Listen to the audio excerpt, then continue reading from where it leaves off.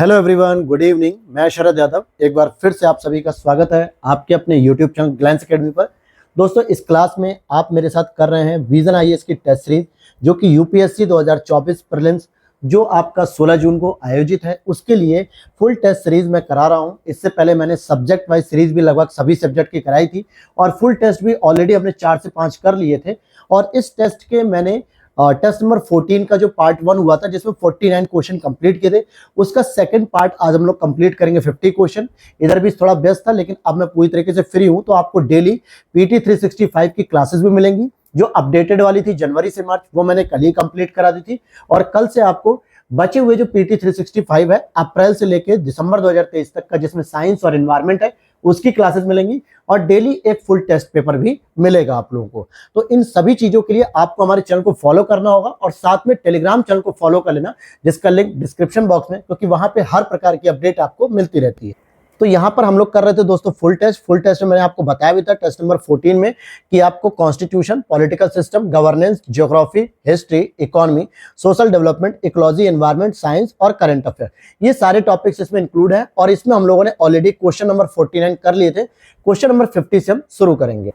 आगे बढ़ने से पहले आप लोगों को ये मैं बता दूं कि बहुत सारे लोगों का कमेंट आ रहा था कि सर इस समय ये टेस्ट सीरीज क्या हमारे लिए करना बेहतर होगा कि नहीं होगा। तो मैं आपको सिंपल भाषा में एक जवाब दे दूं मेरे दोस्तों, कि आप लोगों ने अगर पहले से ही यूपीएससी प्रीलिम्स के लिए विजन आईएएस की टेस्ट सीरीज फॉलो की है और उसे सॉल्व किया है, तो इस वीडियो के माध्यम से आपका रिवीजन बेहतर तरीके से हो पाएगा। क्योंकि 2 घंटे में आप 100 क्वेश्चन यहाँ पर वीडियो के माध्यम से कंप्लीट कर लेते हैं 2 घंटे से पहले ही, लगभग 1.5 घंटे के अंदर।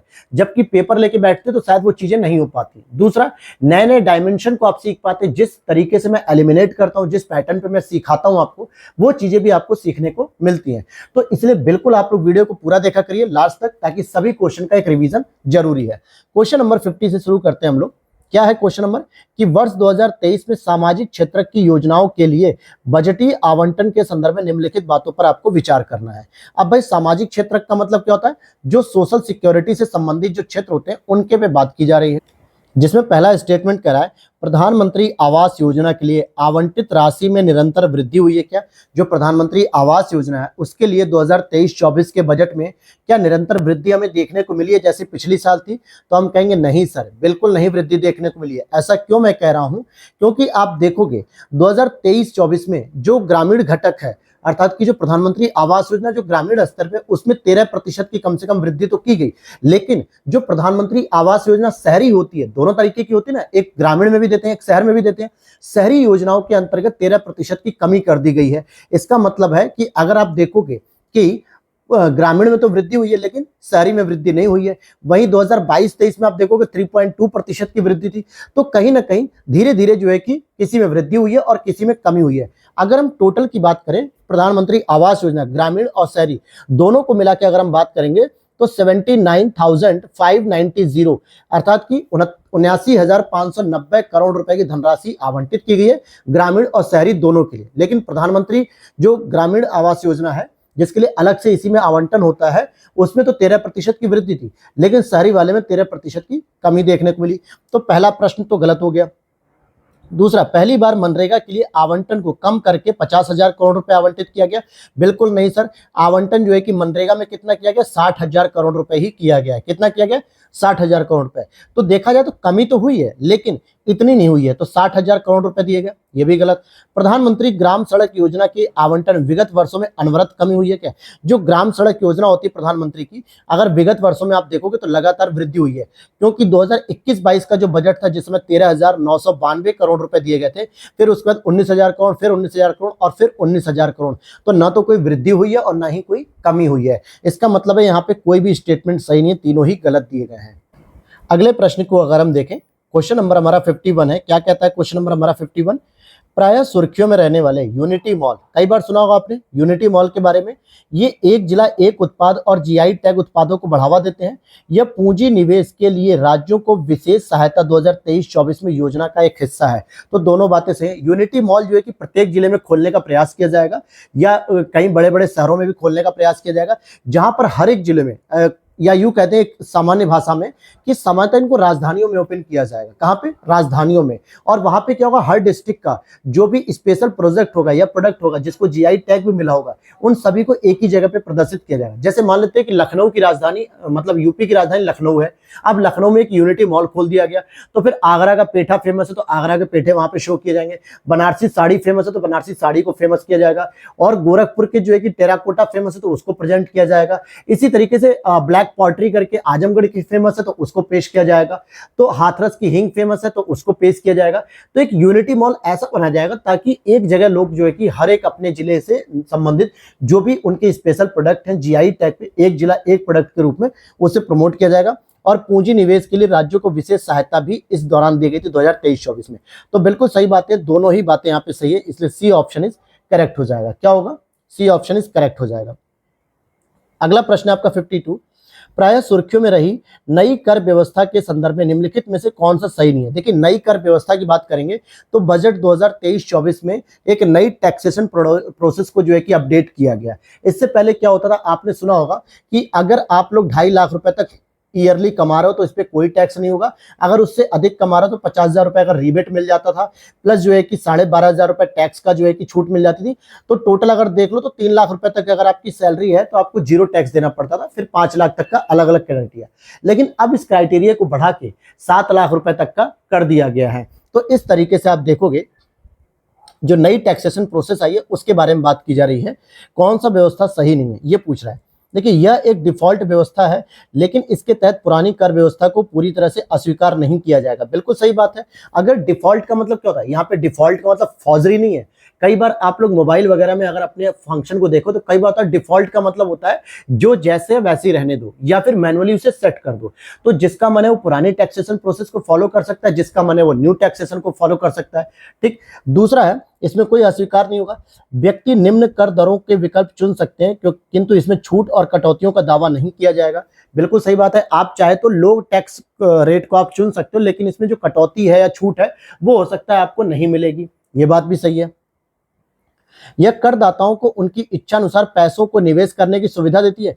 यह भी एक अच्छी बात है। जैसे बहुत सारा जो है कि हमारा जो पैसा होता है जो गवर्नमेंट रख लेती है उसको वो अपने हिसाब से जो है कि फंड जो होते हैं म्यूचुअल फंड्स होते हैं उसमें इन्वेस्ट करती है एनपीएस के तौर पे। लेकिन यहाँ पे आपको एक ऑप्शन मिलता है कि आप जिसमें चाहो उसमें इन्वेस्ट कर सकते हो। चौथे स्टेटमेंट को देखें कि इसकी घोषणा बजट 2023-24 में व्यक्तियों और हिंदू अविभाजित परिवारों के लिए की गई थी क्या? तो यही स्टेटमेंट गलत हो जाएगा यहाँ पे। ठीक है। अब अगर हम बात करेंगे कि ये जो स्टेटमेंट था ना, जो सामान्यतः भारतीय आयकर व्यवस्था के अंतर्गत ये कहा गया कि जो भी व्यक्तिगत करदाता हैं या उनके द्वारा जो भी अर्जित आय है या लाभ है उस पर जो भी वसूला जाएगा कर योग्य आय जिसे हम कहते हैं, वो सामान्यतः व्यक्तियों और हिंदू अविभाजित परिवारों के लिए जो वर्ड यूज किया गया था 2020-21 में किया गया था। कब किया गया? तो 2020-21 में। और यहाँ क्या कह रहा है? 23-24 में। तो ये स्टेटमेंट यहाँ पर गलत हो गई है। अगला प्रश्न अगर आप देखोगे, क्वेश्चन नंबर 53 को देखते हैं। निम्नलिखित ऋण वसूली चैनलों में से किसके माध्यम से वित्तीय वर्ष 2022 में अनुसूचित वाणिज्यिक बैंकों द्वारा वसूली की राशि सर्वाधिक थी? अर्थात कहने का मतलब है जो भी आपके जो ऋण वसूली चैनल होते हैं, अलग अलग माध्यम होते हैं, उसमें कौन सा बैंक ऐसा था 2022 में जिसने सबसे अधिक जो है कि अपनी वसूली को दिखाया था? तो आप देखोगे आईबीसी के माध्यम से ऐसा किया गया था। ठीक है। तो आईबीसी का मतलब होता है इंसॉल्वेंसी बैंकरप्सी कोड के बारे में बात करेंगे। आप जैसे डीआरटी की बात करें, डेट रिकवरी ट्रिब्यूनल कहते हैं, या लोक अदालत हो गई, या फिर आपका सरफेसी एक्ट 2002 का है। अब ये जो प्रोविजन है पूरा ऋण वसूली चैनल का मतलब क्या होता है कि जब बैंकों की जो वाणिज्यिक बैंक होती हैं उनकी एनपीए क्रिएट हो जाती है, नॉन परफॉर्मिंग एसेट, जिसको आम भाषा में कहते हैं कि व्यक्ति लोन लेकर जाता है बैंक से, चाहे वो एजुकेशन लोन हो, फार्मर लोन हो, इंडस्ट्री लोन हो, स्टार्टअप लोन हो, किसी भी प्रकार का लोन लेकर जाता है, हाउसिंग लोन वगैरह या पर्सनल लोन, और उसको 90 दिन तक कोई भी किस्त उसकी रिटर्न नहीं करता। हम ये नहीं कह रहे हैं कि पूरा लोन रिटर्न करो, लेकिन जो मिनिमम 1 मंथ का जो किस्त बांधा जाता है कि आपको इतना ईएमआई देना चाहिए, अगर आपने 90 दिन तक कोई भी ईएमआई या कोई भी मूलधन ब्याज नहीं दिया है बैंक को, तो बैंक उसे नॉन परफॉर्मिंग एसेट के अंतर्गत काउंट करती है, एनपीए के अंतर्गत काउंट करती है। और ऐसे में आप देखोगे कि फिर इस एनपीए की रिकवरी करने के लिए अलग अलग मैनेजमेंट जो है कि लगातार सरकारों ने किए, डीआरटी किया, लोक अदालत किया, सरफेसी एक्ट 2002 किया। ये सारे के सारे जब फेल हो गए तो फाइनली आईबीसी को लाया गया 2016 में। इंसॉल्वेंसी बैंकरप्सी कोड अर्थात कि दिवाला और शोधन अक्षमता संहिता, इसने जो है कि लगातार प्रयास किया और बहुत अधिक मात्रा में जो है कि सर्वाधिक इन तीनों ऑप्शन में से सर्वाधिक इसी के द्वारा पैसे की रिकवरी की गई है। तो आईबीसी ने लगभग अगर आप देखोगे तो 47,421 करोड़ रुपए का जो है कि टर्नओवर किया है ये 2021-22 में। तो ये काफी अच्छा काम कर रहे हैं, इसलिए जो है कि इसके बारे में पूछा गया था। अगला प्रश्न है यहाँ पे, फिर से एक वही प्रश्न रिपीट कर दिया गया यहाँ पे, या फिर उससे संबंधित ये प्रश्न होगा कि पुरानी और नई कर व्यवस्था के तहत उपबंधित आयकर स्लैब के संदर्भ में निम्नलिखित कथनों पर विचार कीजिए। नई व्यवस्था में आयकर स्लैब की संख्या 6 से घटाकर 5 कर दी गई है, जिसमें 3 लाख रुपए तक की आय पर कोई भी टैक्स नहीं लगेगा। तो पहला स्टेटमेंट बिल्कुल सही है। पहले क्या होता था दोस्तों, जो पुरानी कर व्यवस्था थी उसमें 6 टैक्स स्लैब थे और 6 के साथ 2.5 लाख रुपए तक की जो है कि कोई भी इनकम पर कोई टैक्स नहीं लगेगा। जो भी लोग सर्विस में होंगे या आपके फैमिली में अगर कोई सर्विस में होगा तो आप उनसे पूछोगे तो 2.5 लाख रुपए तक का उनका टैक्स जीरो रहता था। अब उस चीज को बढ़ा के 3 लाख तक कर दिया गया है। तो ये स्टेटमेंट से। दूसरा है, दोनों कर व्यवस्थाओं के तहत अधिकतम कर स्लैब 20 लाख रुपए से ऊपर है, जिस पर 30% का कर देना होगा। यही चीज जो है कि गलत कर दी गई है, क्योंकि जो नई वाली कर व्यवस्था है उसमें अधिकतम जो है कि कितना कर दिया गया, अधिकतम 20 लाख रुपए नहीं 15 लाख रुपए। अगर आप 15 लाख रुपए से ऊपर कमा रहे हो तो आपके ऊपर 30% का दर लगेगा। कितना लगेगा? 30% का। जबकि इससे पहले क्या था कि अगर आप 30 लाख रुपए कमाते हो तो लगता था 30%, मतलब ठीक है। और अब क्या है, अब आपको जो देखने को मिलेगा, इसमें देखने को मिलेगा कि 15 लाख रुपए या उससे ऊपर कमा रहा हो तो 30% का आपकी कर लगेगी। तो 20 लाख रुपए वाला स्टेटमेंट गलत है। तो दूसरा गलत है, पहला सही है, अर्थात एक सही हो जाएगा। अगला प्रश्न है यहाँ पर क्वेश्चन नंबर 55, ई श्रम पोर्टल के माध्यम से, ई श्रम पोर्टल के संदर्भ में निम्नलिखित कथनों पर आपको विचार करना। और क्या विचार करेंगे हम लोग कि यह असंगठित श्रमिकों का पहला राष्ट्रीय डेटाबेस है जिसमें प्रवासी श्रमिकों को भी शामिल किया गया। बिल्कुल सही बात है। ई श्रम पोर्टल के आपके कार्ड बने होंगे, आपको याद होगा बहुत सारे फैमिली में बनाए गए थे ई श्रम। जो श्रमिक होते हैं उनके लिए कार्ड बनता है। तो ये श्रमिक असंगठित क्षेत्र के होते हैं, इनको आज काम मिल रहा है, कल ना मिले, परसों ना मिले, 3 दिन बाद फिर लगातार काम मिले, इसकी कोई गारंटी नहीं होती। तो असंगठित श्रमिक होते हैं। और इसमें एनआरआई भी शामिल होते हैं, सॉरी प्रवासी श्रमिक भी शामिल होते हैं। प्रवासी श्रमिक का मतलब क्या होता है, जैसे मान लो बिहार का कोई मजदूर है, वो बॉम्बे में जाके कमा रहा है, चेन्नई में जाके कमा रहा है, केरल में जाके कमा रहा है, दिल्ली में जाके कमा रहा है, लुधियाना में जाके कमा रहा है, तो उसके लिए भी ई श्रम पोर्टल काम करेगा, क्योंकि वो भारत के अंदर किसी भी राज्य में जाके श्रमिक के रूप में काम कर रहा है, तो वो प्रवासी हो गया, अपने घर द्वार को छोड़कर जो है कि दूसरे राज्य में आके काम कर रहा है।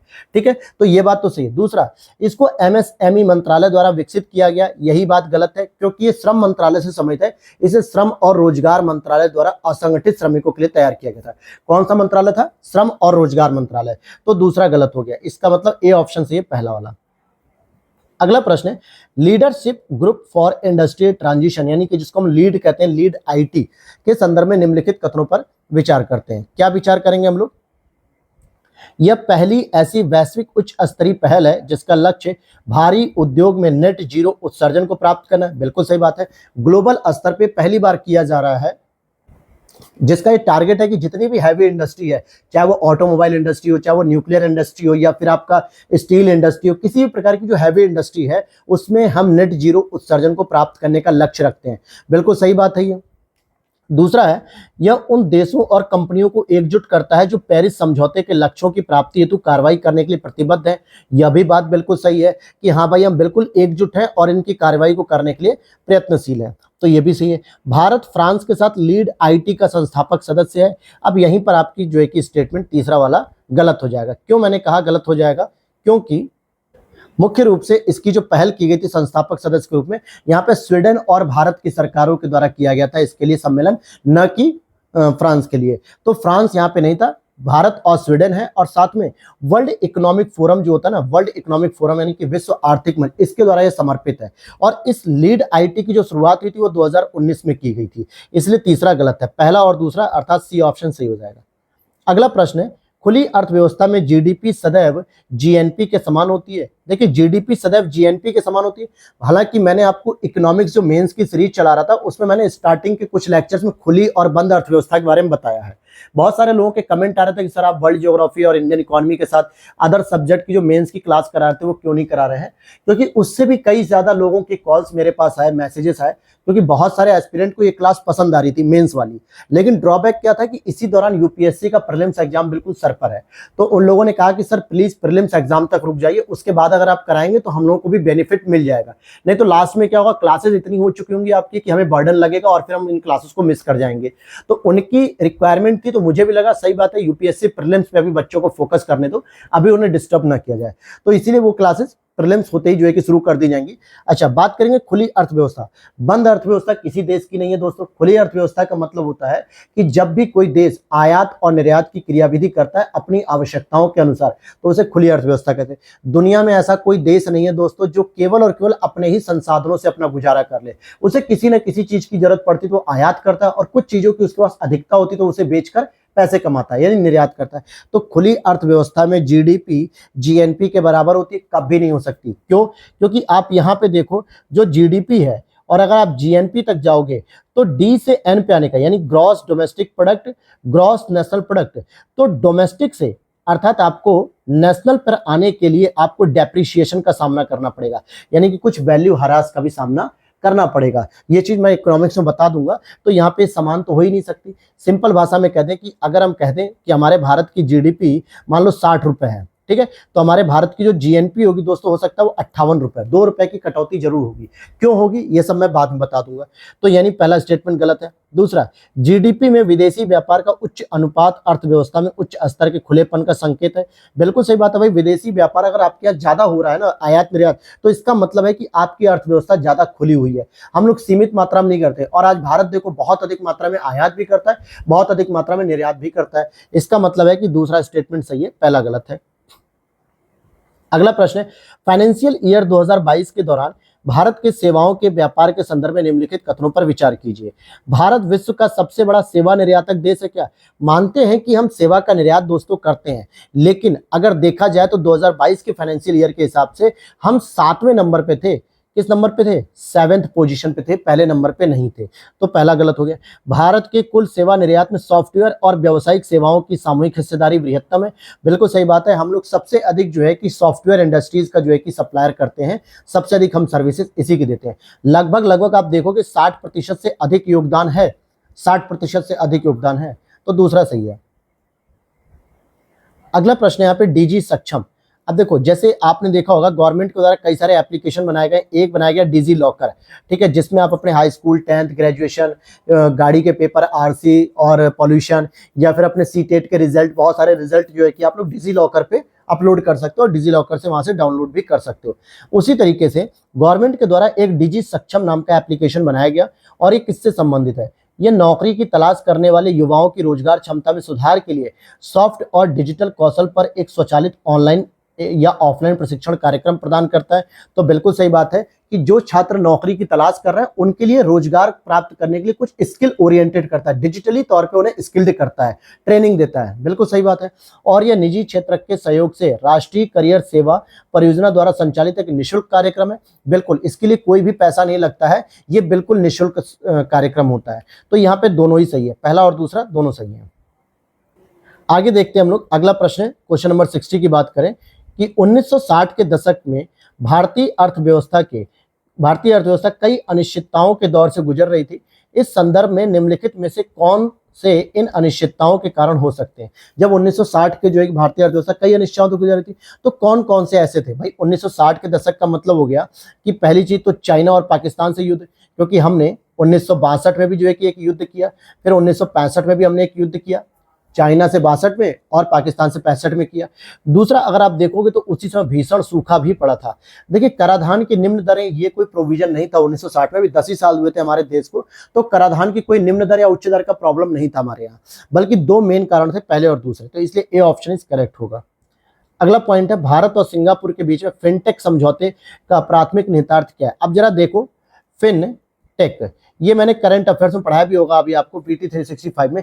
फिनटेक का मतलब होता है कि ऐसी टेक्नोलॉजी जो फाइनेंशियली व्यवस्था को और इंप्रूव कर रही है, अर्थात फिन मतलब हो गया फाइनेंशियली, टेक मतलब हो गया टेक्नोलॉजी। तो ऐसी पद्धति या ऐसी तकनीकी व्यवस्था जो कहीं ना कहीं वित्तीय व्यवस्था को और अपडेट कर रही है। जैसे आप घर बैठे मोबाइल बैंकिंग का यूज करते हो, आप घर बैठे फोन पे यूपीआई का प्रयोग करके पैसे ट्रांसफर कर सकते हो, आप घर बैठे जो है कि डीमैट अकाउंट ओपन करके ऑक्टा एफएक्स, बहुत सारे बिनोमो एप्लीकेशन है जिनके माध्यम से आप क्या कर सकते हो कि ट्रेडिंग कर सकते हो। तो ये जितनी भी टेक्नोलॉजी है जो फाइनेंशियली जो है कि अपग्रेड की जा रही है, तो इन्हीं को कहता है फिनटेक। अब भारत और सिंगापुर के बीच में जो समझौता उसका क्या निहितार्थ है, तो उसका एक ही निहितार्थ है दोस्तों कि यह फिनटेक फर्मों को एक क्षेत्राधिकार से दूसरे क्षेत्राधिकार में बाजार पहुंच करने में सक्षम बनाएगा। भाई आप बैठे बैठे एक जगह से दूसरी जगह व्यापार करने में आसानी आपको हो रही है, तो इसी को हम फिनटेक के तौर पर कह सकते हैं। अगले प्रश्न की ओर चलते हैं 62 पे। अखिल भारतीय आवास मूल्य सूचकांक के संदर्भ में निम्नलिखित पॉइंट पे बात करते हैं। अखिल भारतीय आवास मूल्य सूचकांक, इसकी बात करें तो इसे राष्ट्रीय आवास बैंक द्वारा प्रकाशित किया जाता है क्या, तो यही बात गलत हो जाएगी, क्योंकि जो आप एनएचबी की बात कर रहे हो, नेशनल हाउसिंग बैंकिंग द्वारा अखिल भारतीय स्तर पे नहीं किया जाता है। ठीक है, ठीक है, अखिल भारतीय स्तर पे नहीं किया था, वो सिंपल बस करती है राष्ट्रीय आवास बैंक, बस ये करती है एनएचबी, रेजिडेंस जिसे कहते हैं, रेजिडेक्स यानी नेशनल हाउसिंग बैंक द्वारा जो जारी किया जाता है, ठीक है, वो रेजिडेक्स कहलाता है। लेकिन यहाँ पे क्या करा है कि अखिल भारतीय आवास मूल्य सूचकांक, तो इसको आरबीआई के द्वारा तय किया जाता है। किसके द्वारा? आरबीआई के द्वारा। ठीक है, तो पहला गलत हो गया। दूसरे की अगर हम बात करें, आवास मूल्य सूचकांक को 10 प्रमुख शहरों के लेन देन स्तरों के आंकड़ों का उपयोग करके निर्धारित किया था। इसकी बात सही है कि जो 10 प्रमुख शहर होते हैं वहां पे किसी भी आवास को आप खरीद रहे हो या बेच रहे हो या रेंट पे ले रहे हो या जो है कि परमानेंटली खरीद रहे हो, तो वहां पे क्या उसकी कीमत है, क्या उसकी वैल्यू ओरिएंटेशन हो रही है, कीमत कैसे घट रही है, बढ़ रही है, इस पे फोकस करके एक आंकड़ा दिया जाता है कि भारत में शहरों में जो आवास खरीदने की दर बढ़ रही है या घट रही है। अब वो 10 प्रमुख शहर कौन से हो सकते हैं, जिसमें जो है कि अहमदाबाद, मंगलुरु, चेन्नई, दिल्ली, जयपुर, कानपुर, कोच्चि, कोलकाता, लखनऊ और मुंबई शामिल है। यूपी पीसीएस के अकॉर्डिंग अगर आप देखोगे तो यहाँ पे आपको कानपुर देखने को मिलेगा और लखनऊ देखने को मिलेगा, 2 प्रमुख शहर देखने को मिलेंगे। दिल्ली, मुंबई जैसे जो हमारे चेन्नई, दिल्ली, मुंबई, कोलकाता जो 4 महानगर है, इनको भी इसमें शामिल किया जाता है। तो ये वाली बातें सही है, तो यानी दूसरा स्टेटमेंट सही हो गया। अगला प्रश्न है आपका 63, बजट 2024 के संदर्भ में निम्नलिखित कथनों पर विचार करते हैं। क्या कह रहा है? केंद्र की प्राप्तियों में उधार और अन्य देयताओं की सबसे बड़ी हिस्सेदारी होती है। बिल्कुल सही बात है। केंद्र को जो 100 रुपया मिलता है, मान लेते हैं कि हमारे को अगर 100 रुपया मिलता है केंद्र को, तो उसमें से सबसे अधिक लगभग जो है कि लगभग 28 रुपए हमें जो है कि यहां से प्राप्त होता है उधार और अन्य देयताओं से। ठीक है, ये उनकी प्राप्तियां होती हैं 28 रुपए। उसके बाद सेकंड नंबर पे आता है आय और निगम कर जो होते हैं क्रम आय, जैसे इनकम टैक्स जो होती है 19 रुपए और निगम कर जो होते हैं 17 रुपए और जीएसटी का योगदान 18 रुपए, ऐसे करके अलग अलग योगदान बनाया जाता है। तो इसमें पहला वाला सही है। दूसरा कह रहा है केंद्रीय क्षेत्र की योजनाओं पर किया जाने वाला व्यय सरकार के व्यय में सबसे बड़ी हिस्सेदारी रखता है। नहीं, सबसे बड़ी हिस्सेदारी जो है कि ब्याज भुगतान में होती है। हम जो केंद्र सरकार की जो योजनाएं होती हैं, अगर हम उस पर खर्च भी कर रहे हैं तो वो इतना अधिक नहीं होती है। ठीक है, सबसे अधिक जो हमारा भुगतान होता है ब्याज अदायगी होती है, जो पिछले वर्ष के जो उधार होते हैं या पिछले सालों के, कई सालों के, और राज्यों की जो हिस्सेदारी होती है कर और शुल्क में, इनकी सबसे बड़ा योगदान होता है। तो ध्यान देना कि जो राज्य भी टैक्स कलेक्शन कर रहे होते हैं, केंद्र सरकार जो करती है तो उनको पैसा देना होता है राज्यों को, प्लस जो है कि जो शुल्क कलेक्शन होता है वो भी राज्यों को देना होता है। संघवाद का यही तो ढांचा है कि भाई राज्य और केंद्र में बंटवारा करो इसका। दूसरा, जो पिछले वर्ष के उधार वगैरह होते हैं उस पर जो ब्याज देना होता है वो भी भारत सरकार को देना होता है, सबसे अधिक ब्याज में जाता है। तो ये गलत हो जाएगा, केवल पहला सही हो जाएगा। अगला प्रश्न है आपका 64 नंबर पे, अगर हम देखें, भारत की दीर्घकालिक निम्न उत्सर्जन विकास रणनीति के संदर्भ में, जिसको अभी हम लोगों ने ऊपर पढ़ा ना, लीड्स आईटी है और वैसी है जो है कि एलटी की बात करेंगे, एलटी लीड्स, इसके अंतर्गत 2032 तक परमाणु ऊर्जा क्षमता में 3 गुना वृद्धि करने की परिकल्पना की थी। बिल्कुल गलत बात है या सही बात है ये पूछ रहा है। और यह रणनीति वैश्विक कार्बन बजट के एक समान और उचित हिस्से के लिए भारत के अधिकार पर आधारित है। तो देखा जाए, अगर हम बात करें कि COP27 के अंतर्गत ही इसको प्रस्तुत किया गया था भारत के द्वारा। जब 2022 में COP27 हो रहा था तो इसमें राष्ट्रीय हाइड्रोजन नीति के कुछ उद्देश्य भी शामिल किए गए थे। तो इसमें कह रहा है कि 2032 तक परमाणु ऊर्जा क्षमता में 3 गुना वृद्धि की परिकल्पना की जाएगी। तो यह बात बिल्कुल सही है। और दूसरा स्टेटमेंट की रणनीति वैश्विक कार्बन बजट के एक समान और उचित हिस्से के लिए भारत के अधिकार पर आधारित होगा, यह भी सही बात है। तो इसलिए सी ऑप्शन इज करेक्ट हो जाएगा। अगला प्रश्न है, केंद्रीय बजट 2024 में एक नए यू विन प्लेटफॉर्म को तेजी से आरंभ करने का प्रावधान किया गया। यू विन यानी कि आप जीत गए। यू विन प्लेटफॉर्म ये क्या करता है? यू विन प्लेटफॉर्म अगर आप देखोगे तो पूरे देश में टीकाकरण का प्रबंधन करने के लिए इसे शुरू किया गया। क्या करने के लिए?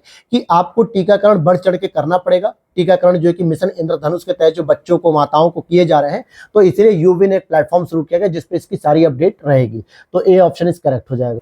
अगला प्रश्न है आपका क्वेश्चन नंबर 66। भारतीय अर्थव्यवस्था के संदर्भ में निम्नलिखित में से कौन सा कथन सही नहीं है? तो भाई 3 कथन सही है और 1 कथन सही नहीं। पहला, क्रय शक्ति क्षमता यानी कि परचेसिंग पावर पैरिटी जिसे हम कहते हैं के आधार पे भारत विश्व की तीसरी बड़ी अर्थव्यवस्था बन चुका है। बिल्कुल सही बात है कि भाई भारत जो है कि विश्व की तीसरी बड़ी अर्थव्यवस्था है जिसके पास परचेसिंग पावर पैरिटी विश्व में आ चुकी है, यानी कि हम किसी भी चीज को खरीदने की क्षमता रखते हैं। ठीक है। दूसरी अगर हम बात करें, हालांकि इस मामले में चीन और अमेरिका दोनों अग्रणी है, तीसरे नंबर पर भारत है। बाजार विनिमय दर के आधार पर भारत 5वीं सबसे बड़ी अर्थव्यवस्था है। बिल्कुल सही बात है कि जो फॉरेन करेंसी के तौर पर अगर हम देखें कि भारत में कितनी फॉरेन करेंसी है, लगभग विदेशी मुद्रा भंडार 568 बिलियन डॉलर हो चुका है। ये जनवरी 2024 तक का आंकड़ा है। तो इस मामले में अगर आप देखोगे तो हमारी जो अर्थव्यवस्था विश्व की 5वीं सबसे बड़ी अर्थव्यवस्था हो चुकी है। अगर जापान को देखोगे तो 1.3 ट्रिलियन अमेरिकी डॉलर से अधिक भंडार के साथ शीर्ष स्थान पर है वो जो है कि। अगला स्टेटमेंट है कि वर्तमान में भारत विश्व का सबसे बड़ा विदेशी मुद्रा भंडारक है। नहीं, तो मैंने ये तो बताया कि 568 बिलियन डॉलर हमारे पास है, लेकिन जापान के पास तो दोस्तों 1.3 ट्रिलियन अमेरिकी डॉलर है, वो तो नंबर 1 पे है। तो तीसरा वाला गलत हो गया। चौथा है, पिछले 2 वर्षों से भारत विश्व में सर्वाधिक धन प्रेषण प्राप्त करने वाला देश है। बिल्कुल, जो हमारे यहाँ रेमिटेंस आता है वो सबसे अधिक आता है और इसकी रिपोर्ट जारी करता है वर्ल्ड बैंक। वर्ल्ड बैंक बताता है कि दुनिया में भारत एक ऐसा देश है जिसके पास सर्वाधिक क्या आते हैं? रेमिटेंस प्राप्त होते हैं। और दूसरे नंबर पे आपका आता है मैक्सिको, थर्ड नंबर पे आपका चाइना है। तो भारत पिछले 2 नहीं कम से कम 6-7 सालों से नंबर 1 बना पड़ा है। ठीक है, पिछले 2 वर्ष थोड़े 6-7 सालों से। और इसको वर्ल्ड बैंक रिपोर्ट जारी करता है माइग्रेशन एंड डेवलपमेंट ब्रीफ के नाम से, उसमें डिटेल देता है। तो इस आधार पर आप देखोगे तीसरा स्टेटमेंट गलत है। अगला प्रश्न है, राष्ट्रीय डेटा और एनालिटिक्स प्लेटफॉर्म। राष्ट्रीय डेटा एंड एनालिटिक्स प्लेटफॉर्म के बारे में बात कर रहे हैं कि इसका उद्देश्य डेटा को सुलभ बनाकर सार्वजनिक सरकारी डेटा तक पहुंच का लोकतांत्रिकरण करना और इसे उपयोगकर्ताओं के अनुकूल प्लेटफॉर्म पर उपलब्ध कराना है। तो ये बात सही है। और इसे नीति आयोग द्वारा लॉन्च किया गया, यह भी बात सही है। तो यानी सी ऑप्शन इज करेक्ट हो जाएगा। अगला प्रश्न है, निम्नलिखित में से कौन सा बजट 2023-24 में उल्लिखित प्रभावी पूंजीगत व्यय पद का सर्वोत्तम वर्णन करता है?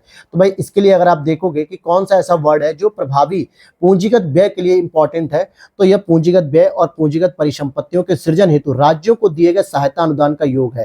कहने का मतलब है कि जो पूंजीगत व्यय होते हैं जिसमें आप हॉस्पिटल बनाते हो, इंफ्रास्ट्रक्चर बनाते हो, रोड बनाते हो, ट्रांसपोर्ट बनाते हो, स्कूल बनाते हो, ये सब ऐसे व्यय हैं कि जो हमें 1 साल में तो लगेगा कि हमने इस वर्ष जो है कि 4 यूनिवर्सिटी बनाई तो 50 करोड़ रुपए लग गए, हमने इस वर्ष जो है कि 4 हॉस्पिटल बनाए तो 50 करोड़ रुपए लग गए। लेकिन उससे आप देखिए कि ह्यूमन रिसोर्सेज के तौर पे एक लंबे समय तक कितनी जो है कि इनपुट होगा। भाई कई लोगों को आप नौकरी दोगे तो उससे टैक्स कलेक्शन करोगे उनकी इनकम पे, साथ में गरीबों को सामाजिक सुरक्षा प्राप्त होगी, सरकारी शिक्षा मिलेगी, सरकारी स्वास्थ्य मिलेगा, फ्री में इलाज होगा, सारी चीजें। तो इनको पूंजीगत व्यय कहते हैं। तो इसके लिए राज्यों को अनुदान दिया गया है। ध्यान देना, अनुदान वर्ड एक ऐसा वर्ड होता है जो राज्यों से रिटर्न करने की कोई उम्मीद नहीं होती है, क्योंकि अनुदान का मतलब हो गया हमने किसी को गिफ्ट दे दिया और गिफ्ट किसी से वापसी की उम्मीद नहीं होती। अगर यहाँ पे लिखा होता है कि राज्यों को ऋण दिया गया है, ऋण का मतलब है कि आप ऋण भी वापस करोगे, साथ में जो ब्याज है वो भी वापस करोगे।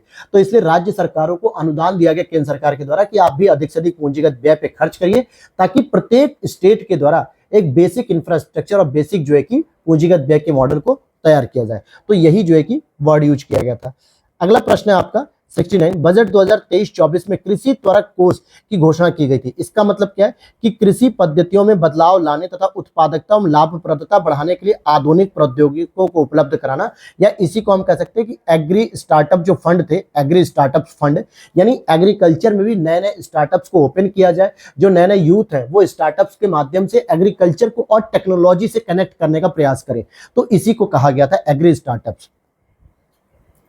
अगला प्रश्न है आपका 70 नंबर पे, भारत के आर्थिक सर्वेक्षण 2022-23 के अनुसार भारत के संपत्ति कर संग्रह के संदर्भ में निम्नलिखित कथनों पर आपको विचार करना है। क्या विचार होगा?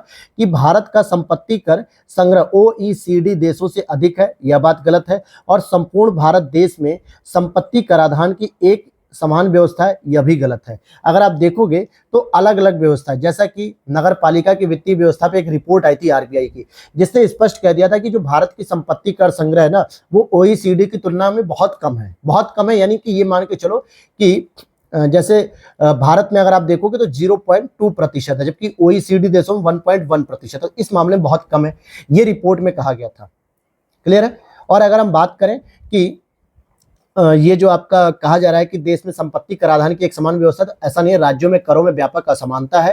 ठीक, तो इस आधार पर ये अलग अलग भी है, इसलिए यहाँ पे डी ऑप्शन हो जाएगा, ना तो पहला सही है और ना ही दूसरा सही है।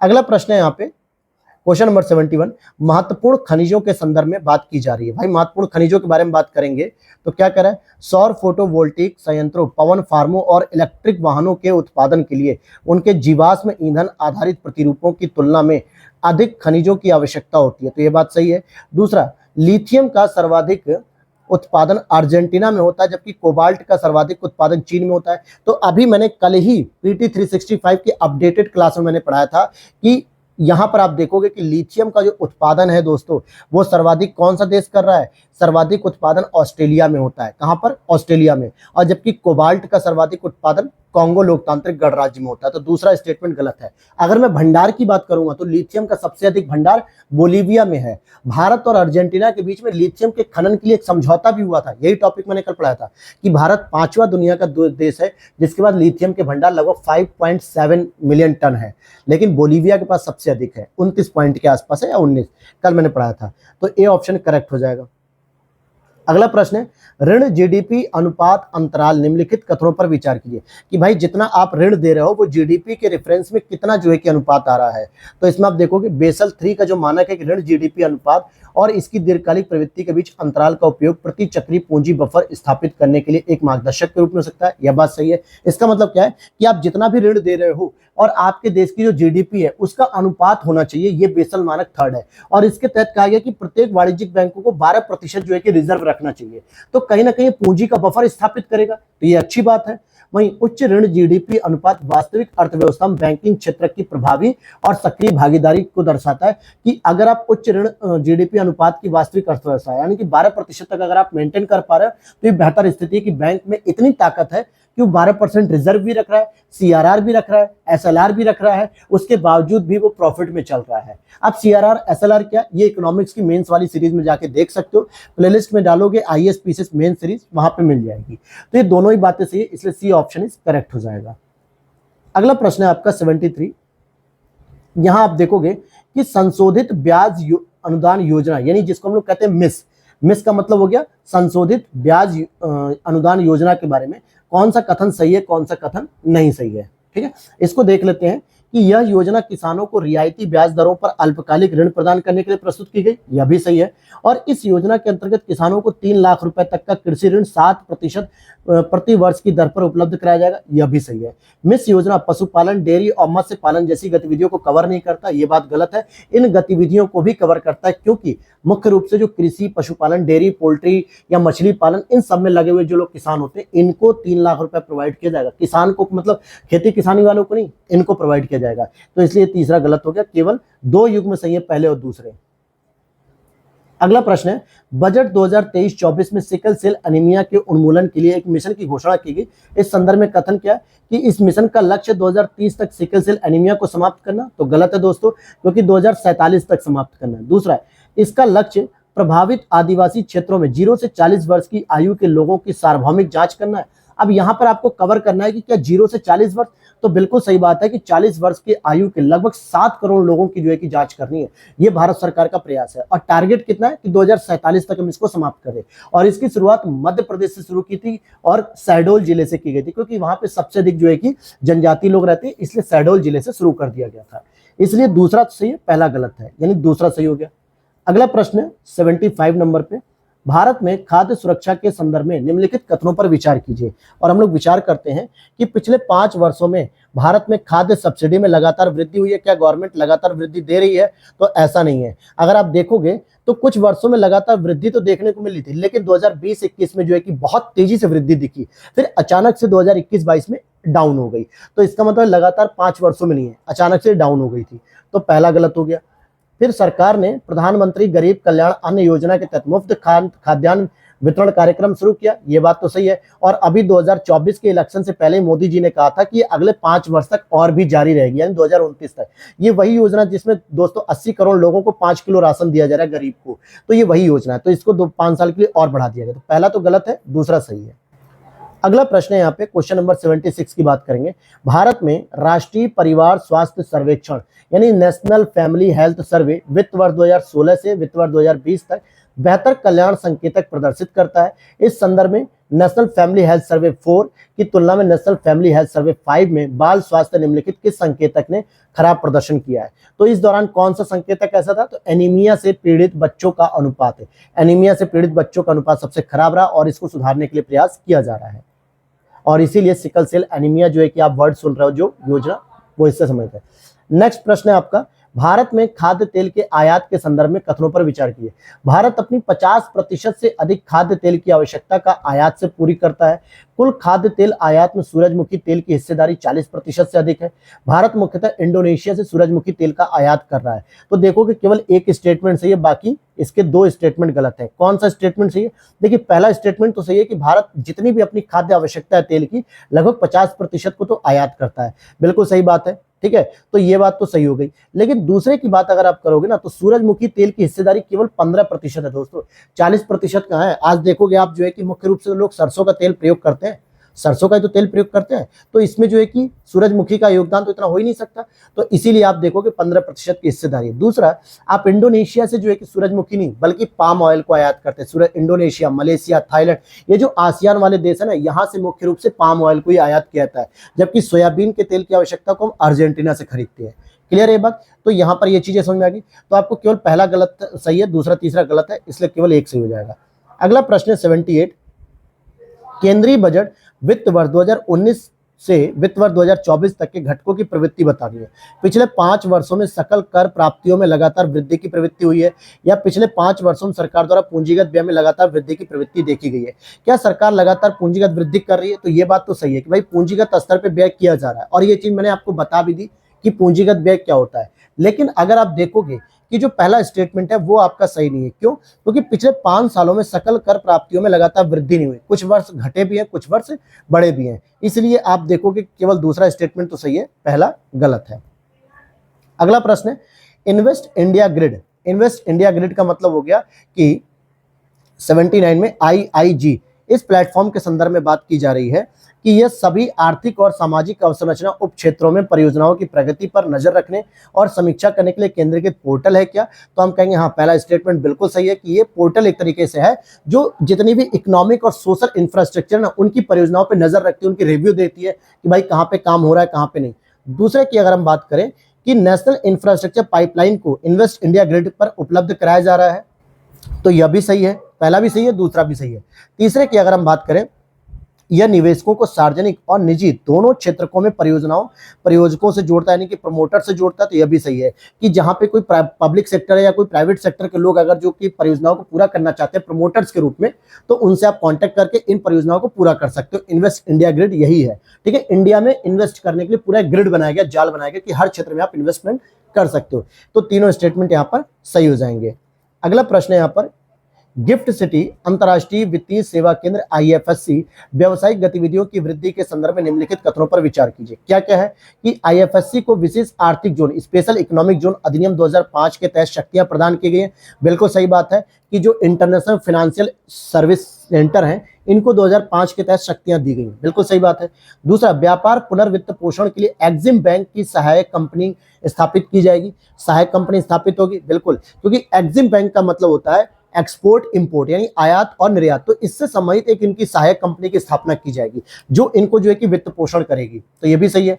ऑफशोर डेरिवेटिव इंस्ट्रूमेंट की वैध अनुबंधों के रूप में मान्यता रद्द की जाएगी, बिल्कुल नहीं, मान्यता रद्द नहीं की जाएगी बल्कि इनको मान्यता प्रदान की जाएगी, ठीक। तो इसलिए ये वाला स्टेटमेंट गलत हो गया, केवल 2 युग में सही है, पहला और दूसरा। अगला प्रश्न है 81, बजट 2023-24 में घोषित भारत साझा पुरालेख निधान यानी कि भारत साझा रिपोजिटरी ऑफ इंस्क्रिप्शन परियोजना के संदर्भ में निम्नलिखित कथनों पर विचार कीजिए। क्या स्टेटमेंट सही है? यह एक डिजिटल पुरालेख संग्रहालय की परियोजना है जिसका उद्देश्य प्राचीन शिलालेखों को डिजिटल रूप प्रदान किया जाए, बिल्कुल सही बात है। और वर्तमान में जो इस वर्ष की टारगेट है कि पहले 1 साल में हम 1 लाख जो है कि पांडुलिपियां या 1 लाख जो है कि स्क्रप्चर्स हैं, इनको जो है कि डिजिटल फॉर्म में हम तैयार कर लें। ये ठीक है। इसकी स्थापना भारतीय पुरातत्व सर्वेक्षण द्वारा राखीगढ़ी में की गई है क्या? तो इसकी स्थापना दोस्तों एक तो भारत श्री के नाम से की गई, ये चीज आपको याद होना चाहिए। भारत श्री का मतलब जो भारत का इतिहास लिखने के बारे में है। और इसकी स्थापना हैदराबाद में की जाएगी। कहां पे की जाएगी? हैदराबाद में, तेलंगाना में। तो दूसरा गलत है, केवल पहला सही है। अगला प्रश्न है 82 में, मनरेगा के बारे में। मनरेगा से संबंधित एक प्रोजेक्ट लाया गया उन्नति करके। मनरेगा के संदर्भ में कहा जा रहा है कि प्रोजेक्ट उन्नति के संदर्भ में निम्नलिखित कथनों पर विचार। इसका उद्देश्य परिवार के 18 से 45 वर्ष की आयु के एक वयस्क सदस्य को प्रशिक्षण प्रदान करना है, जिससे मनरेगा के तहत 100 दिन का कार्य पूरा नहीं जिसने मनरेगा के तहत 100 दिन का कार्य पूरा नहीं किया है। अब ये बताओ, ये बात सही है कि गलत है? तो ये बात गलत है। पहली चीज इसमें यह है दोस्तों कि 18 से 45 वर्ष की जो आयु के प्रशिक्षण देंगे जिसने वित्त वर्ष 2019 में मनरेगा के तहत 100 दिन का पूरा कार्य कर लिया था।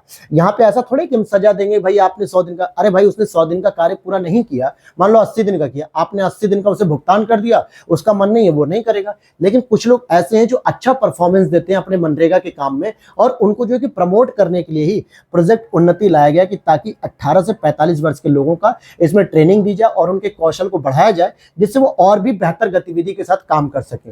कोई व्यक्ति 100 दिन तक लगातार मनरेगा में काम कर रहा है और बहुत अच्छी तरीके से दक्षता के साथ काम कर रहा है, इसका मतलब है कि हमें उसके स्किल और कौशल का प्रयोग करना चाहिए। तो ये सजा के रूप में नहीं है बल्कि एक पुरस्कार के रूप में, तो जिसने 100 दिन का कार्य पूरा कर लिया। तो ये स्टेटमेंट गलत हो गया क्योंकि यहाँ पे नहीं कह रहा है।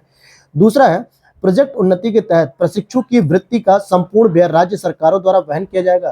क्या इसमें सारा का सारा पैसा राज्य सरकार देगी? तो बिल्कुल नहीं, क्योंकि मनरेगा केंद्र सरकार की अधिनियम के तहत है योजना, तो इसलिए केंद्र सरकार इस पर व्यय करेगी, राज्य सरकार नहीं करेगी। इसलिए यहाँ पे दोनों ही गलत है, ना तो पहला सही है ना ही दूसरा। अगला प्रश्न है 83, वर्ष 2070 तक नेट जीरो की प्रतिबद्धता को पूरा करने के लिए बजट 2024 में निम्नलिखित में से कितने प्रावधान किए गए हैं? तो इसके बारे में जो जो प्रावधान है वो हमें पढ़ने होंगे पहले तो यहाँ पहला स्टेटमेंट कह रहा है कि 1 गीगावाट के सौर पार्कों के विकास हेतु व्यवहार्यता अंतर वित्त पोषण प्रदान करना। क्या इसमें ऐसी बात लिखी गई है? तो हम कहेंगे बिल्कुल सही बात है कि जो 1 गीगावाट के लिए जो आप डेवलप करोगे सौर पार्कों के विकास के लिए, तो अंतर व्यवहार्यता वित्त पोषण प्रदान किया जाएगा। ठीक है, ये पूछा जा रहा है पहला। अगर दूसरा देखा जाए कि वर्ष 2030 तक 100 मीट्रिक टन की कोयला गैसीकरण और तरलीकरण क्षमता स्थापित की जाएगी। तीसरा है, सीएनजी, पीएनजी और संपीड़ित बायोगैस के चरणबद्ध सम्मिश्रण को अनिवार्य किया जाएगा। फिर चौथा अगर आपसे कह रहा है कि बायोगैस संग्रहण मशीनरी की खरीद के लिए वित्तीय सहायता प्रदान करना, तो यहां पर आप देखोगे कि आपका दूसरा स्टेटमेंट सही है, तीसरा सही है, चौथा सही है, लेकिन पहला स्टेटमेंट गलत है दोस्तों। क्यों गलत हो रहा है? क्योंकि सौर पार्कों के विकास के लिए नहीं बल्कि अपतटीय पवन जो ऊर्जा है यानी कि विंड एनर्जी जो है अपतटीय स्तर पे, वो अगर 1 गीगावाट का जो है कि डेवलपमेंट होता है तो इसमें जो है कि ये टर्म्स यूज होते हैं। तो इस आधार पे पहला गलत हो जाएगा और कौन से सही हो जाएंगे? केवल 3 सही हो जाएंगे। ठीक है, दूसरा, तीसरा, चौथा सही हो जाएगा। अगला प्रश्न है आपका आर्थिक सर्वेक्षण 2022-23। तो इसमें पूछा जा रहा है कि वर्ष 2022 में भारत के पश्चात चीन विश्व का दूसरा शीर्ष प्राप्त करता था रेमिटेंस। तो मैंने अभी बताया आपको कि चीन दूसरे नंबर पे नहीं था बल्कि मैक्सिको था दूसरे नंबर पे, तो ये बात तो गलत होगी। अगला, अंतर्राष्ट्रीय मुद्रा कोष के अनुसार भारत विश्व का तीसरा सबसे बड़ा विदेशी मुद्रा भंडार धारक है। तो आपको ये बताना है कि क्या विदेशी स्तर पे जो है कि भारत विश्व का तीसरे स्तर पे? तो नहीं, भारत जो है कि 7वें नंबर पे दोस्तों। किस नंबर पे? 7वें नंबर पे है। तो इसलिए ये आंकड़ा भी गलत हो जाएगा। ठीक है, इसलिए हम दूसरा भी गलत, पहला भी गलत, तो यहाँ पे डी ऑप्शन हो जाएगा क्योंकि कोई भी सही नहीं है। अगला प्रश्न है आर्थिक सर्वेक्षण 2022-23 के संदर्भ में मनरेगा के तहत सृजित कुल परिसंपत्ति में निम्नलिखित में से कौन सी श्रेणी के कार्यों की सर्वाधिक हिस्सेदारी रही? तो भाई सबसे अधिक व्यक्तिगत भूमि पर निर्माण कार्य, जो व्यक्तिगत भूमि होती थी उस पर निर्माण कार्य सबसे अधिक हुआ है। तो इसलिए मनरेगा के काम, जैसे मान लो कि शौचालय का जो निर्माण हो रहा है वो भी मनरेगा के श्रमिक कर रहे हैं, जो आवास बनाए जा रहे हैं वो भी मनरेगा के श्रमिक कर रहे हैं, या और भी जो कुछ काम किए जा रहे हैं वो भी मनरेगा के श्रमिक कर रहे हैं। आगे देखोगे, अगला प्रश्न है स्वामित्व योजना से संबंधित है। यह पंचायती राज मंत्रालय के तहत केंद्र प्रायोजित योजना है। तो यहाँ पे देखो स्वामित्व जो योजना है दोस्तों, इसका मतलब है कि जो गांव का सर्वेक्षण किया जाएगा और गांव में जो घर वगैरह है ना, उनको जो है कि दिए जाएंगे, उनको घरौनी दी जाएगी, यानी जिनके पास कागज नहीं है जमीन के उनको वो सारी चीजें दी जाएंगी। तो इसको पंचायती राज मंत्रालय के तहत केंद्र प्रायोजित है कि नहीं, ये पूछा जा रहा है। तो पहला स्टेटमेंट आप ध्यान से समझ लो कि इसमें राज्य और केंद्र दोनों का सहयोग रहेगा और ये केंद्रीय क्षेत्र की योजना है, प्रायोजित नहीं है। यानी सेंट्रली स्पॉन्सर्ड नहीं है बल्कि सेंट्रली सेक्टर स्कीम है, अर्थात ये केंद्र क्षेत्र की योजना है, केंद्रीय क्षेत्र की। ठीक, तो इसलिए पहला गलत हो गया। दूसरा, इसका उद्देश्य संपत्तियों का वित्तीय परिसंपत्तियों के रूप में उपयोग को सक्षम कर ग्रामीण भारत में वित्तीय स्थिरता लाना है। तो दूसरा स्टेटमेंट बिल्कुल सही है कि ग्रामीण स्तर पर स्थिरता लाई जाएगी। तीसरा, यह GIS मानचित्रों का उपयोग करके बेहतर गुणवत्ता वाली ग्राम पंचायत विकास योजना तैयार करने की सहायता होगा। यह भी सही बात है। तो दो सही हो गए, पहला गलत है, दूसरा तीसरा सही है। अगला है, बजट 2024 के लिए निम्नलिखित में से कितने प्रमुख आर्थिक रेलवे गलियारे कार्यक्रम प्रस्तावित किए गए हैं। तो कितने जो है कि गलियारे प्रस्तावित किए गए हैं, तो आप यहाँ पे देखोगे केवल 3 गलियारे हैं। वो कौन कौन से? ऊर्जा खनिज सीमेंट गलियारा, दूसरा बंदरगाह कनेक्टिविटी गलियारा, तीसरा उच्च यातायात घनत्व गलियारा। ये कोयले से संबंधित कोई भी गलियारा डेवलपमेंट करने की बात नहीं कही गई है, इसलिए केवल 3 सही हो जाएंगे। अगला प्रश्न है आपका 88 नंबर पे, पीएम प्रणाम योजना के संदर्भ में निम्नलिखित बात करो। भाई पीएम प्रणाम का मतलब क्या है? जो वैकल्पिक उर्वरक की बात कर रहा है कि जो आप खाद वगैरह डालते हो, पेस्टिसाइड डालते हो, केमिकल, इसकी जगह जैविक घटक डालो, जैविक उर्वरक डालो। ठीक है, तो यहाँ पे कह रहा है कि पीएम प्रणाम योजना का उद्देश्य मृदा संरक्षण और उर्वरकों के संधारणीय संतुलित उपयोग को प्रोत्साहन देना है। तो बिल्कुल सही बात है। और इस योजना के तहत रासायनिक उर्वरकों की खपत में कमी करके 1 वर्ष में राज्य या केंद्र शासित प्रदेश द्वारा बचत की गई उर्वरक सब्सिडी का 100% उस राज्य शासित अनुदान के रूप में दिया जाएगा। तो ऐसा बिल्कुल भी कोई प्रोविजन नहीं किया गया था। ठीक है, केवल और केवल 50% की बात की गई थी, न कि 100% की। तो ऐसे तो 100% देने पे तो दिवाला निकल जाएगा। ठीक, तो इसलिए केवल पहला ही सही है। अगला प्रश्न है 89 नंबर पे, स्वदेशी जहाज निर्माण उद्योग के संदर्भ में निम्नलिखित कथनों पर विचार कीजिए कि स्वदेशी जहाज निर्माण से ग्रामीण, दूर दराज और तटीय क्षेत्रों में रोजगार सृजन में मदद मिल सकती है। बिल्कुल सही बात है जो है कि। दूसरा, जहाज निर्माण वित्तीय सहायता नीति योजना जहाज निर्माण अनुबंधों के लिए भारतीय शिपयार्डों को वित्तीय सहायता प्रदान करती है। तो यह भी सही है, इसलिए यहाँ पे पहला और दूसरा दोनों सही है। क्वेश्चन नंबर 90 को देखेंगे, भारत अवसंरचना परियोजना विकास निधि योजना के संदर्भ में निम्नलिखित कथनों पर विचार कीजिए। और हम इस पर जब विचार करना शुरू करते हैं तो हम देखते हैं कि यह योजना पब्लिक प्राइवेट पार्टनरशिप मॉडल के तहत परियोजना विकास व्यय प्रदान करती है। सही है। केंद्र और राज्य सरकार दोनों में परियोजना प्रायोजक प्राधिकरण को पूंजी सहायता प्रदान की जाती है। यह भी सही है, यानी केंद्र और राज्य दोनों में अगर देखा जाए तो जो भी परियोजना को प्रायोजक कर रहा है, अर्थात कि जो स्पॉन्सर्ड कर रहा है, उस प्राधिकरण को पूंजी की सहायता दी जाती है जरूरत पड़ने पे, यानी कि टैक्स की सहायता, मतलब कि जो पैसे की सहायता होती है वो दी जाती है। क्यों दी जाती है? कि जिससे ग्रामीण स्तर पे, राज्य स्तर पे, केंद्र स्तर पे जो डेवलपमेंट हो रहा है ना भारत की अवसंरचना का, वो आसानी से हो सके, क्योंकि राज्य सरकार और केंद्र सरकार दोनों के पास इतना पैसा नहीं है कि दोनों इस डेवलपमेंट को कर सके। इसलिए जब प्राइवेट सेक्टर को इंक्लूड किया जाता है तो उसको कुछ पैसे की जरूरत पड़ती है, तो उसे दिया जाता है। इस आधार पर सी ऑप्शन हो जाएगा, पहला और दूसरा दोनों सही है। अगला प्रश्न है, ग्रीन हाइड्रोजन के संदर्भ में निम्नलिखित कथनों पर विचार कीजिए। हरित हाइड्रोजन का उपयोग समुद्री ईंधन के रूप में किया जाता है। वर्तमान में भारत के पास ग्रीन हाइड्रोजन का उत्पादन करने के लिए इलेक्ट्रोलाइजिंग तकनीक नहीं है। तो यहाँ पे यह बात तो सही है, लेकिन दूसरा स्टेटमेंट गलत है कि हमारे पास इलेक्ट्रोलाइजिंग तकनीक नहीं है। यह बात गलत है, हमारे पास है। क्योंकि आप देखोगे लार्सन एंड टर्बो, जो आपने कंपनी का नाम सुना होगा, LNT करके जो एक कंपनी है, लार्सन एंड टर्बो, ये गुजरात में ग्रीन हाइड्रोजन प्लांट में अपना पहला स्वदेशी निर्मित इलेक्ट्रोलाइजर शुरू किया इसने। तो गुजरात में जो है कि शुरू किया, इसलिए भारत के पास इलेक्ट्रोलाइजिंग तकनीक भी है। तो यहाँ पे आप देखोगे पहला सही है, दूसरा गलत है। अगला प्रश्न है, सहस्त्राब्दी के पहले 2 दशकों के दौरान अर्थव्यवस्था के निवेश दर के संदर्भ में निम्नलिखित कथनों पर बात करनी है। तो यहाँ देखोगे पहले दशक के दौरान अर्थव्यवस्था में निवेश की उच्चतम दर प्रदर्शित हुई थी। बिल्कुल सही बात है। और पहले दशक के दौरान निवेश दर अत्यधिक उधार पर आधारित थी। यह भी सही बात है। तो पहला सही है, क्योंकि भाई भारत के पास अभी इतना पैसा नहीं है कि आपको रिटर्न दिया जा सके, उधार पर ही आप बस इन्वेस्टमेंट कर सकते थे। अगला प्रश्न था, भारत में अपशिष्ट प्रबंधन नियम के संदर्भ में विस्तारित उत्पादक उत्तरदायित्व यानी कि एक्सटेंडेड प्रोडक्शन EPR जिसे हम कहते हैं रेस्पॉन्सिबिलिटी, ये अवधारणा जो आई है, प्लास्टिक अपशिष्ट प्रबंधन दूसरा संशोधन नियम, बैटरी अपशिष्ट प्रबंधन नियम या ई अपशिष्ट नियम, तो आप देखोगे तीनों पे ही अप्लाई होता है कि जो भी कंपनियां जो है कि इस प्रोडक्ट को बनाती है तो उनकी जिम्मेदारी है कि वो इसको कलेक्ट करे और इसको रिसाइकिल करे।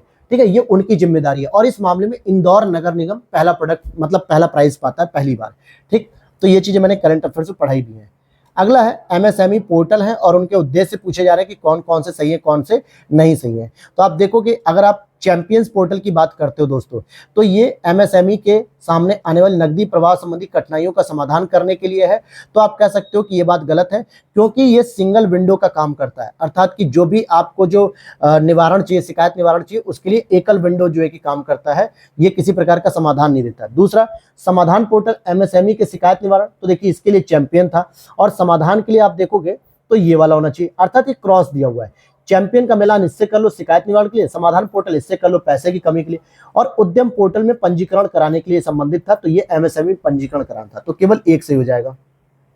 नेक्स्ट है नेशनल करियर सर्विस यानी राष्ट्रीय करियर सेवा के संदर्भ में बात की जा रही है। क्या बात है कि यह भारत सरकार के कार्मिक एवं प्रशिक्षण विभाग की पहल है क्या, ये पूछा जा रहा है कि ये भारत सरकार के कार्मिक एवं प्रशिक्षण विभाग की पहल है, तो हम कहेंगे नहीं सर, ये आपके श्रम और रोजगार मंत्रालय द्वारा शुरू की गई है, क्योंकि रोजगार देने की बात हो रही है, यहाँ पे कोई ट्रेनिंग देने की बात नहीं है जो सर्विस में आने के बाद आपको ट्रेनिंग दी जाएगी, पहले आप सर्विस तो ले लो, तो इसलिए पहला स्टेटमेंट गलत। दूसरा, एनसीएस ने डिजी सक्षम कार्यक्रम के तहत करियर कौशल पर निःशुल्क स्वचालित प्रशिक्षण कार्यक्रम प्रस्तुत करने के लिए राज्यों के साथ साझेदारी की है, तो दूसरा स्टेटमेंट भी गलत है, क्योंकि यहाँ पे राज्यों के साथ कोई साझेदारी नहीं की गई, बल्कि आपको निःशुल्क तौर पे दिया जा रहा है, ऑनलाइन ऑफलाइन जैसा भी आप चाहो वैसा ले सकते हो, लेकिन राज्यों के साथ कोई साझेदारी नहीं है। आगे देख लेते हैं अगर हम तीसरा, कि एनसीएस पोर्टल में एक मॉड्यूल है जो अंतर्राष्ट्रीय नौकरियों के अवसरों को भी सूचीबद्ध करता है कि इंटरनेशनल लेवल पर कौन कौन सी ऐसी जॉब है जो आप अपनी योग्यता अनुसार कर सकते हो, तो ये बात सही है, केवल एक सही हो जाएगा यहाँ पे। अगला प्रश्न 96 की बात करेंगे, भारत में कुल कर संग्रह के संदर्भ में निम्नलिखित कथनों पर विचार कीजिए। तो भाई भारत में जो कुल कर संग्रह है उसके संदर्भ में हम बात करेंगे कि यहाँ पे क्या लिख रहा है कि कुल कर संग्रह में प्रत्यक्ष करों का हिस्सा अप्रत्यक्ष करों के हिस्से से अधिक है।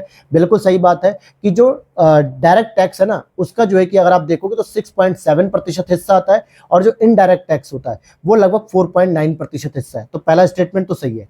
कुल कर संग्रह में वस्तु एवं सेवा कर की हिस्सेदारी निगम कर से अधिक है। बिल्कुल सही बात है कि अगर आप देखोगे कि इनडायरेक्ट टैक्स जो है उसका ज्यादा वेटेज है, तो यहां पर यह भी बात सही है। और भारत में निगम कर अधिनियम 1961 के तहत लगाया था, यह भी बात सही है। तो कुल तीनों ही स्टेटमेंट आपके सही है। अगला प्रश्न 97, प्रधानमंत्री पीवीटीजी यानी कि पर्टिकुलर वल्नरेबल ट्राइबल जो ग्रुप होते हैं, इनके विकास के लिए क्या क्या योजनाओं में प्रोजेक्ट लाया गया है। तो यहां पर आप देखोगे मिशन का लक्ष्य कि आवास, जल, स्वच्छता के प्रावधान के माध्यम से विशेष रूप से कमजोर जनजातीय समूह यानी कि पर्टिकुलर वल्नरेबल ट्राइबल ग्रुप्स की सामाजिक आर्थिक स्थितियों में सुधार किया जाए, यह बात बिल्कुल सही है। और अगले 10 वर्षों में विकास कार्य की योजना के लिए 15,000 करोड़ रुपए, यही गलत है दोस्तों। 15,000 करोड़ रुपए जो है ना वो अगले 3 वर्षों में खर्च करने के लिए दिए गए। कितने? 3 वर्षों में, 10 वर्षों के लिए नहीं दिए गए, तो इसलिए यहाँ पे दूसरा स्टेटमेंट गलत है, केवल पहला ही सही है। अगला प्रश्न 98 की बात करेंगे, परिवर्तनीय दर रिवर्स रेपो अर्थात कि वेरिएबल जो रिवर्स रेपो रेट है इसके बारे में बात की जा रही है। तो यहां पर आप देखोगे इसका प्रयोग आमतौर पे बैंकिंग प्रणाली में तरलता प्रवेश कराने हेतु किया था, नहीं, तरलता को निकालने के लिए होता है, और ये आरबीआई करती है दोस्तों। आरबीआई जो है कि क्या करती है, एक तो रेपो रेट देती है, जिससे रेपो रेट में क्या होता है, जितना अधिक महंगा लोन मिलेगा बैंकों को, तो बैंक क्या करेंगे, उतना ही महंगा लोन कस्टमर को देंगे। तो भाई जाहिर सी बात है कि बैंक कम जो है कि रखेगा पैसा। और रिवर्स जो रेपो रेट होता है, इसमें क्या होता है, पैसा रिजर्व कर लिया जाता है, यानी आरबीआई के पास जमा किया जाता है, तो बैंक जो है कि अपना सारा पैसा आरबीआई के पास ले जाते हैं। तो यहाँ पे बैंक प्रणाली में तरलता नहीं हो रही है, बल्कि तरलता को निकाला जा रहा है, इसलिए पहला स्टेटमेंट गलत हो गया। दूसरा, समपार्श्विक पात्रता संबंधित शर्तें तरलता समायोजन सुविधा यानी लिक्विडिटी एडजस्टमेंट फैसिलिटी पर लागू होती है, बिल्कुल सही बात है, तो दूसरा स्टेटमेंट सही बात है। आगे चलते हैं, अगला प्रश्न 99, पूंजी निवेश के लिए राज्यों को विशेष सहायता योजना के संदर्भ में निम्नलिखित कथनों पर विचार कीजिए। तो हम इस पर विचार कर रहे हैं कि इसका उद्देश्य राज्य सरकारों को उनकी पूंजी निवेश आवश्यकताओं को पूरा करने के लिए अनुदान प्रदान करेगी। तो ये बात गलत होगी या सही होगी? तो आप देखोगे कि ये बात सही है कि भाई अनुदान दिया जाएगा जरूरत पड़ने पे। अभी मैंने ऊपर ही बताया कि प्रभावी पूंजीगत व्यय में क्या हो रहा है कि राज्य सरकारों को अनुदान दिया जाएगा कि आप भी जो है कि पूंजीगत व्यवहार जो है कि करिए और अधिक से अधिक इंफ्रास्ट्रक्चर को डेवलप करिए। तो भाई अनुदान तो दिया जा रहा है, बिल्कुल सही बात है। दूसरा है, आप देखोगे योजना के तहत आवंटित निधि का कुछ हिस्सा पुराने वाहनों को स्क्रैप करने तथा शहरी नियोजन और वित्त में सुधारों का कार्यान्वयन करने जैसी विशिष्ट शर्तों के साथ निर्धारित होगा। तो दूसरा भी स्टेटमेंट यहाँ पे सही है, यानी पहला और दूसरा दोनों सही है। इसका मतलब हो गया सी ऑप्शन इज करेक्ट हो जाएगा। और एक लास्ट प्रश्न हमारा है यहाँ पर कि राजकोषीय घाटा किसी दिए गए वित्तीय वर्ष में सरकार के कुल राजस्व और व्यय के बीच के अंतर को संदर्भित करता है। क्या करता है? व्यय के बीच को अंतर को संदर्भित करता है। फिर दूसरा स्टेटमेंट है, भारत में सकल घरेलू उत्पाद के प्रतिशत के रूप में राजकोषीय घाटा पिछले 5 वर्षों में लगातार बढ़ रहा है। तो हम ऐसा नहीं कह सकते हैं दोस्तों कि पिछले 5 वर्षों में लगातार बढ़ रहा है। आप देखोगे कि 2008-18 में देख लो, ठीक है, 2018 में लगभग 3.5% के आसपास था। फिर 2019 में अगर आप बात करोगे 3.4% के आसपास लगातार जो है कि घट रहा है, 3.4%, एक बार घटा। फिर 2020 में अगर आप देखोगे तो 4.6% था, फिर बढ़ गया। फिर 2021 में देखो ये और बढ़ गया 9.2%, लेकिन 2022 में अगर आप देखोगे तो ये 6.7% होता है, यानी कि घट जाता है। और यही चीजें जो है कि आपको इकोनॉमिक सर्वे से समझनी होती हैं, ठीक। तो 2024-25 के इकोनॉमिक सर्वे में ये पैटर्न दिया गया था। इसका मतलब दूसरा तो गलत है, पहला तो सही है। तो इसका मतलब एक स्टेटमेंट ही सही हो गया। तो ये हो गया आपका दोस्तों टेस्ट नंबर जो है कि 14 का, मतलब कि जो 14 का जो पार्ट 1 था उसका ये पार्ट 2 आ चुका है आपका, और ये फुल टेस्ट था, ठीक है। इसके बाद केवल 3 से 4, आई थिंक 4 फुल टेस्ट और होंगे या 5 होंगे, क्योंकि विजन आईएएस ने 34 टेस्ट नंबर तक फुल टेस्ट कराया, और हम लोग के पास 3 और 4 रह गए, क्योंकि टोटल इसने 10 फुल टेस्ट कराए थे, जिसमें से मैंने ऑलरेडी 5 करा दिए, 5 और बच रहे होंगे, 4 बच रहे होंगे, तो मैं उसको करा दूंगा अगले 4 दिन में लगातार। और लगातार ये फुल टेस्ट होने के बाद आपको डिस्कशन करना होगा, अपने टॉपिक पे आपको पकड़ बनानी होगी, रिवीजन करना होगा, जिससे आपको एक मौका मिल सके कि आप रिवीजन कर लो। और पीटी 365 की जो करंट अफेयर्स है, साइंस और एनवायरमेंट, उसकी क्लास मैं कल से शुरू कर रहा हूँ, और अगले 1 हफ्ते के अंदर आपको दोनों की क्लास कंप्लीट देखने को मिल जाएगी। तो उम्मीद करता हूँ वीडियो अच्छी लगी तो लाइक कर देना, चैनल पे पहली बार हो तो फॉलो कर लेना। मिलते हैं नेक्स्ट वीडियो में। Thanks for watching.